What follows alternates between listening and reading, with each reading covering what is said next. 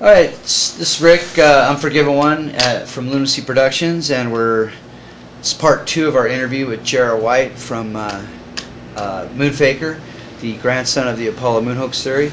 But what we're doing now is we're going to go ahead and take a different angle. I'm going to go ahead and be every propagandist and NASA page shill that ever live on the internet, and I'm going to go ahead and have a live debate with Jarrah on many of the bullet points about the Apollo moon hoax.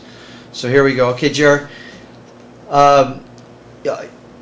you Apollo moon hoax theory crazy bastards always try to say that radiation was the one thing that kept them from landing on the moon. So what the hell do you mean by that?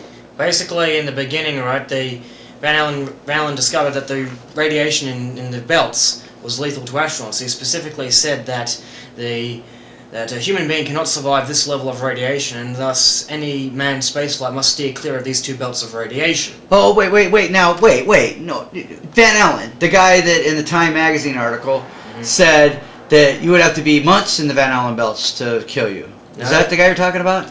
He later was backpedaled probably by under pressure from NASA.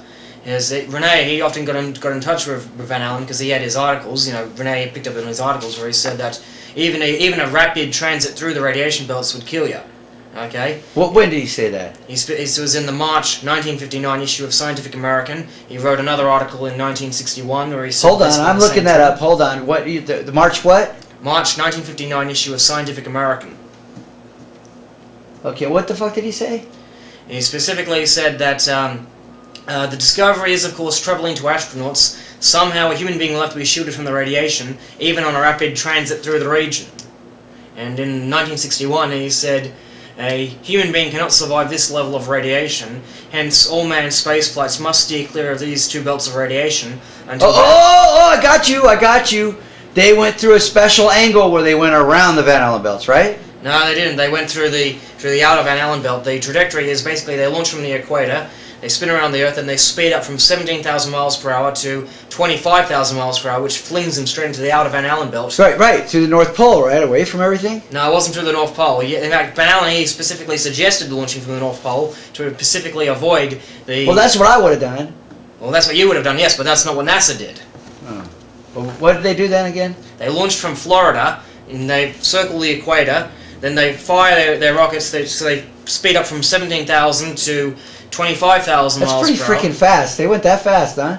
Yeah, right. Well, so it only took them an hour to get through the Van Allen belts, right? Well, he said even an hour is going to be a problem to you because, look, he had to put these lead shields on the Geiger counters just to bring the doses down from 10 to 100 rem per hour. Okay, without this lead shield, according to Russia's E.E. Kovalev, right? He had an article in the December 1983 Journal of Aviation, Space and Environmental Medicine. He specifically states that without any shielding, right, the doses would be anywhere from 312.5 rem per hour to 11,666 rem per hour, and you need 500 rem to kill you. But why should I believe him? He's a dodgy-ass Russian.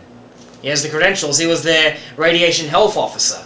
And I don't know about Russians. I don't know. I trust Van Allen and what he said because he said it was not dangerous, right? Well, that's not what he said in the beginning. And now, even today, right, basically, Rene, he constantly asked him, okay, you said this in the beginning, why are you now saying that it's not deadly? And he would always go, oh, I must have made a mistake. Well, how do you make a mistake when you've got several different Geiger counters giving you the same results? Today, you've got to shut down satellites before they can enter the Van Allen belts, before they can enter the South Atlantic anomaly, and they have satellites operating on the outside of the Yeah, well, there you go, fucking satellites, man. Then why don't they fucking blow up? Well, obviously, satellites, they need to operate outside the Van Allen belts, right? Geostationary satellites, those sorts of things, they use silicon electronics to kind of shield their instruments. Silicon electronics. Well, yeah, they shielded astronauts too, didn't they? Not really. They had aluminium shielding on the... Yeah, that's great. Aluminum's great. It stops all those alpha particles. It stops alpha particles. Well, it doesn't stop all the particles. According to Dr. Eleanor Blakely from the Lawrence Berkeley University, she's a radiation health officer. She specifically states that if a particle hits an aluminium shield, it fragments into a dangerous spray of secondary particles, just like when you're on the moon and you get particles hitting the lunar surface that explodes into secondary particles. Oh, no, but the moon's under the Van Allen radiation belt, isn't it? Well, the moon's beyond the Van Allen radiation, but you still got these particles, from solar flares and cosmic rays hitting you from all over the place. Oh, so the moon isn't in the magnetosphere and it's not protected by the... It's not in the magnetosphere. But it's in the tail sometimes, I know that. Sometimes, but not always. It goes in and out, okay? But the moon is constantly exposed to these cosmic rays and solar flares, so the moon itself is radioactive. In fact, that's what they said in this article, Radioactive Moon. It's on one of those Science at NASA articles that they have there.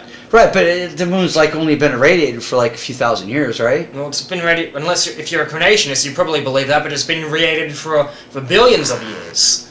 Wait, I don't go for that creationist shit, man. But yeah, it's only a few thousand years. The moon's only a few thousand years old, right? No, I think it's a few billion years old, oh, okay. allegedly, according to it's been irradiated a long time, so it's... Well, but yeah, but it probably just the wind blows it off, right? No. The same wind that was blowing the flat. Oh, wait, hold on.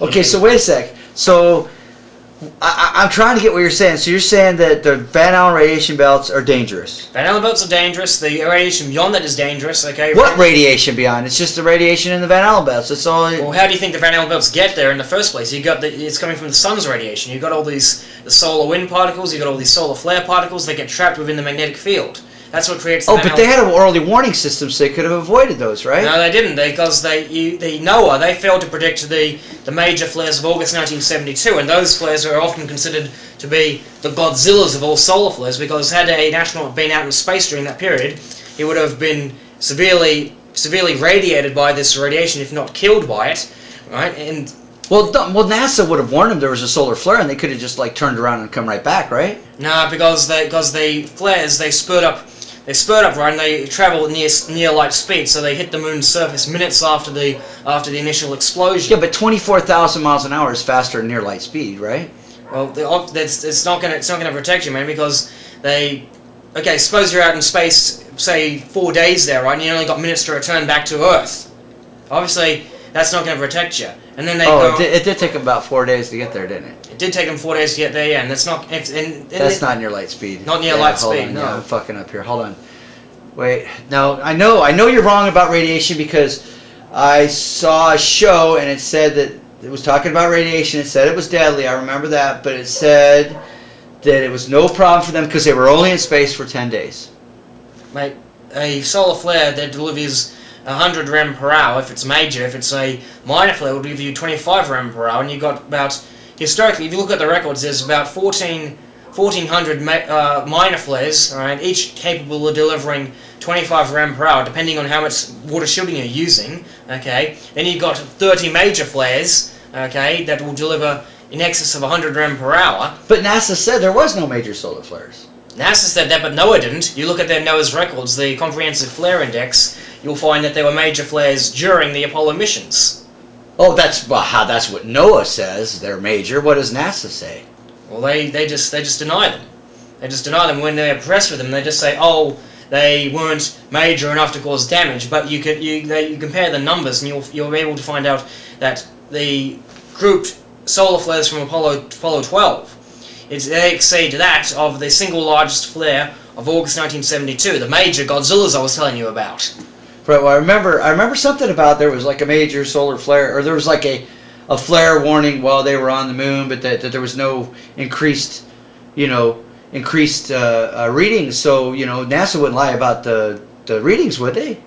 Well, yeah, they would lie about the readings because you've got NOAA's data that proves otherwise. Well, how would it benefit NASA to lie about radiation?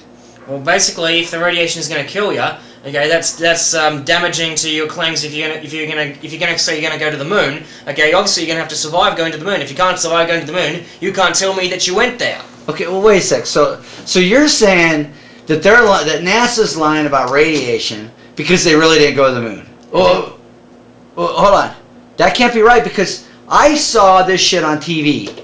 I was 6 years old and I saw Neil Armstrong get off of the moon.